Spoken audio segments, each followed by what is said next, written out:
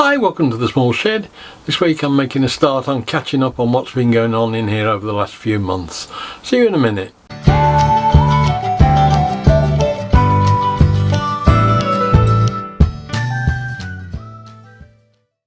Now I'm finally getting round to getting some time to do the editing that I've needed to do on some of the projects that have been going on in the background over the last few months. Starting off with the button table, which I was hoping I would get done and finished and out the door by now, but like a couple of other projects it seems to have hung around a bit too long, mainly because people are reluctant to tell me what they want, but we are getting closer. If we skip back now to where I'd done the one in softwood, I found a way of putting the glass in. I was happy with that. Made sure that all the joints and everything were how I wanted it to be, and we're moving into having a go at making it out of oak, doing the thing in hardwood. So we'll skip back to probably about 8 or 9 months ago and run through with it to bring it up to date. I started to doubt whether I'd got enough oak. I've got a piece that's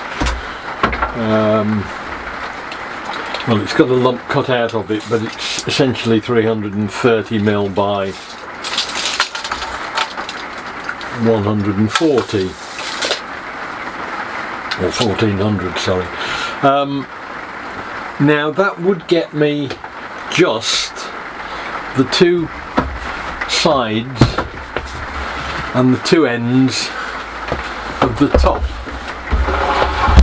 and it would leave me one small piece of 80mm wide.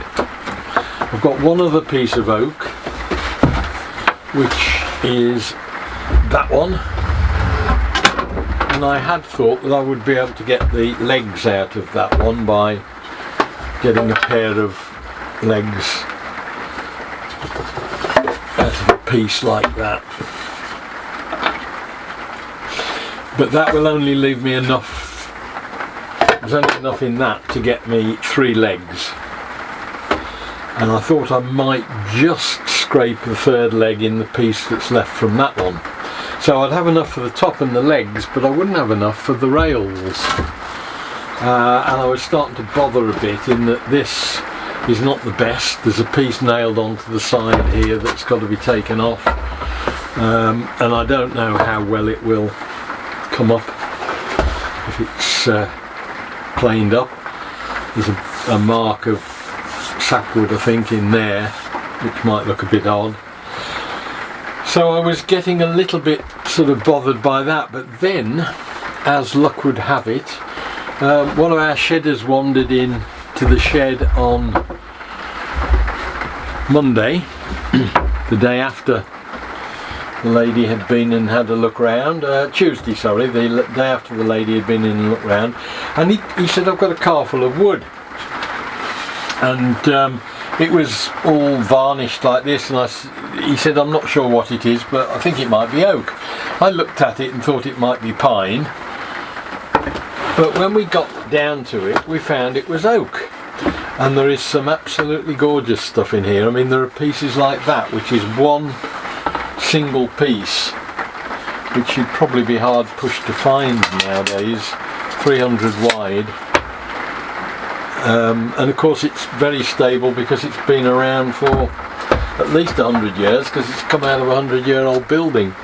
There are some rails in that which I ran through the planer at many sheds, some window framing that I'd cut down, so I've got enough timber for the actual support rails there. There were a pair of there was a door with a pair of stiles up either side of it, and it's this sort of size of timber, what, 75ish by 40, 90 by 40 again, beautiful oak. I cut down some of that. One of the long pieces I cut down into a plank, if I can find it, which was enough to do the 2 side rails. I'll just find that. Now unfortunately the door had a it was plain on one side, but the other side had a lock in the middle of it, which meant that I couldn't get a great deal of length out of it. But that will do me for the two ends. That's the equivalent of my top, and that there's a piece of that which I cut in half lengthways and ran through the planer. That will do the side rails of the tabletop. So I've got all the bits I need now, plenty of oak, plenty left over. The only problem is that there has been some joins in there which I've sawed through and planed up. That may just be showing somewhere on the inside of the tabletop. So I've got to just quietly work my way through how I deal with that. It's only about 5mm, so I might just take a rebate all the way along that edge, and then when I come to join the piece of timber into it, which gives the support underneath, I might just put a rebate in that so that it slots in and covers that. Now it's time to deal with these pockets in the bottom of this timber that I'm using for the surround to the coffee table. I can't put them on the outside edge because obviously you'd see them. And when it comes to a problem like that, there are sort of two solutions really. You can either try and hide it by cutting some shims like they had put in before and just gluing those in, and it's likely that if you did that you'd get something. Bear in mind this is just going to be at the bottom of the tabletop, just on top of the buttons themselves, and to actually put something like that in there, I'm just trying to find one that's small enough, like they had originally, it would give me something which, you know, you probably wouldn't see it by the time it was glued in and sanded. But the other alternative is one that I've adopted in the past, and that is to sort of celebrate it if you've made a mistake, and then people won't think it's a mistake. Now if this is flat on top of the button table itself, which would be, the actual table would be sitting there like that, there's almost like a shadow gap there formed in that bit, and what I've decided to do is to actually put that shadow gap in the whole length of the timber, so that all of the timber is lifted off slightly off the button factory base. It only needs to go in about 10mm or so, but if I do that, no one will ever realise why it's been done, if you like. It'll just look like a feature. So I'm just going to put a small cutter in here with about a 2 or 3mm lift on it, just the same depth as that. We'll set it to the same height as that, and then we'll just run the whole timber through its full length, and it'll give us that shadow gap right the way through.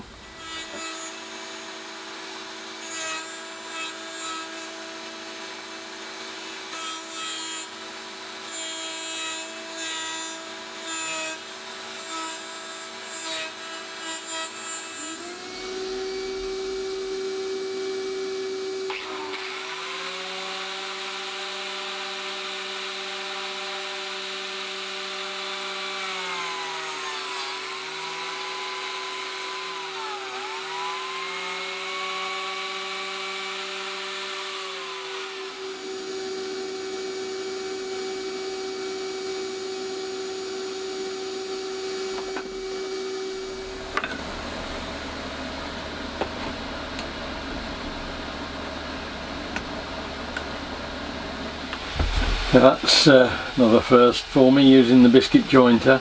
That seems to be the right tool for the job, for joining these top sections like that. Putting the splines all the way through is leaving me with a problem on the test piece, so with this we can get a nice tight joint that's mechanically sound as well. Now the test joint with the biscuit jointer came out well, it's really strong. I need to perfect my miters a bit more, but that's for another day.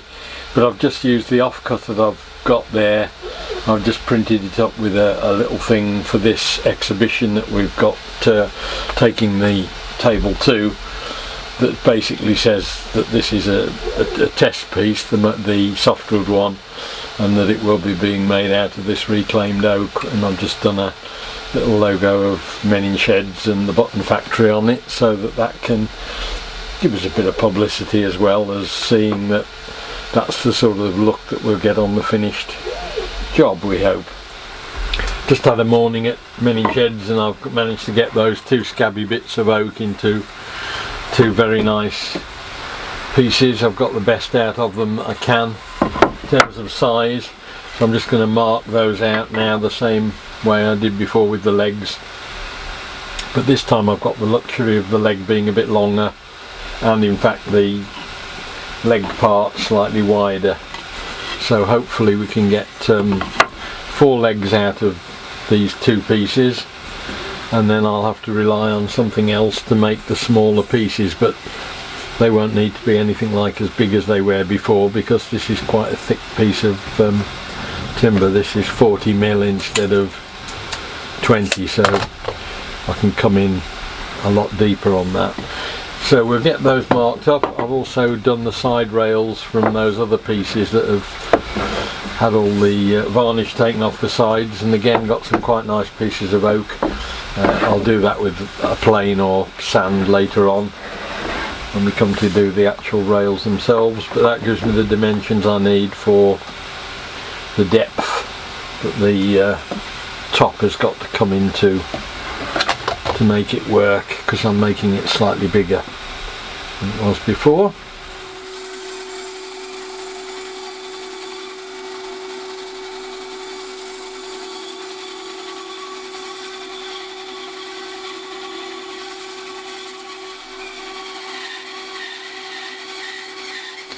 So here I am, weeks, well probably even months further into this project. Been a long while since I've done anything on this. I've had a lot of distractions, a lot of things being done that are nothing to do with the shed or anything. But we've at last got ourselves a kit of parts for the oak table. I've got the 4 legs, they're all the same length.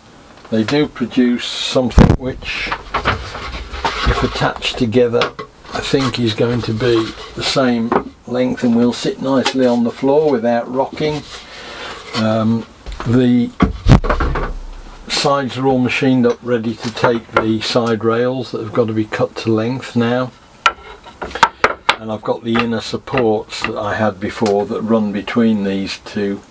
So the support on the leg will be that the legs themselves will be secured to the side rails with a dowel. I've got some 15mm dowel, just a single dowel I think, and then on the inside of it there will be this other piece of oak running behind it that fixes into both the rail and into the leg, so there should be a fairly solid connection again between all of that.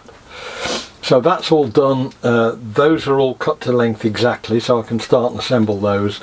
Once they're assembled I can put the legs on.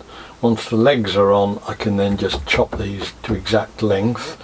And I've got my 4 top parts which need all the miters cutting on them and everything, and they need a rebate on for the glass. Just built myself a little jig out of 3 bits of scrap oak that I'm so fond of doing to get things exactly the same.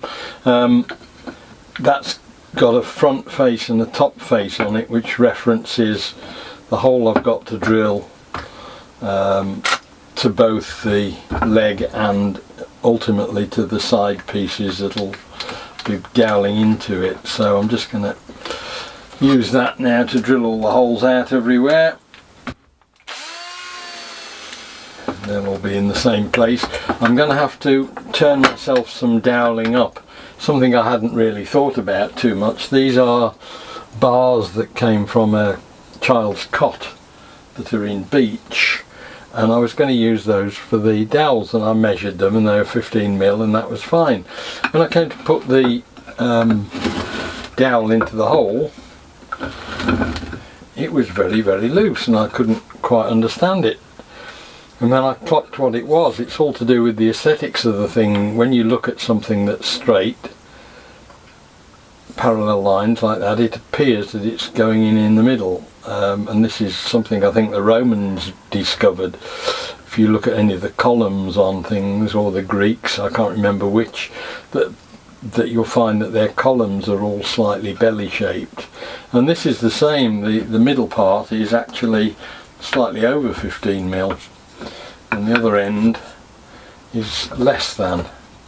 So I'm going to actually get myself some proper 15 mil dowel rather than try and reuse that. And so what that does then, when I've got that done and all the ends trimmed up properly, is mean I can just glue that up with a dowel in it, and that'll be ready to sand the joint down and flush everything up to suit. So I think we're on to the right way of joining those.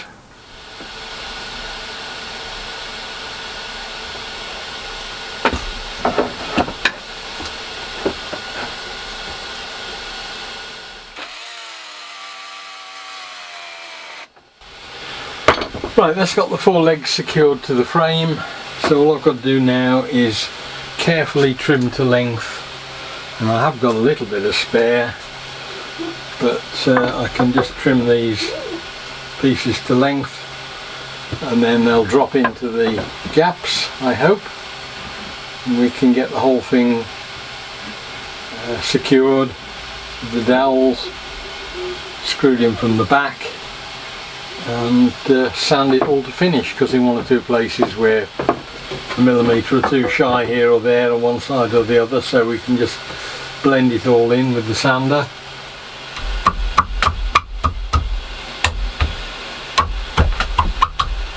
First one in. Won't need a great deal of fixing, but as I say, there's just a little bit of blending to be done.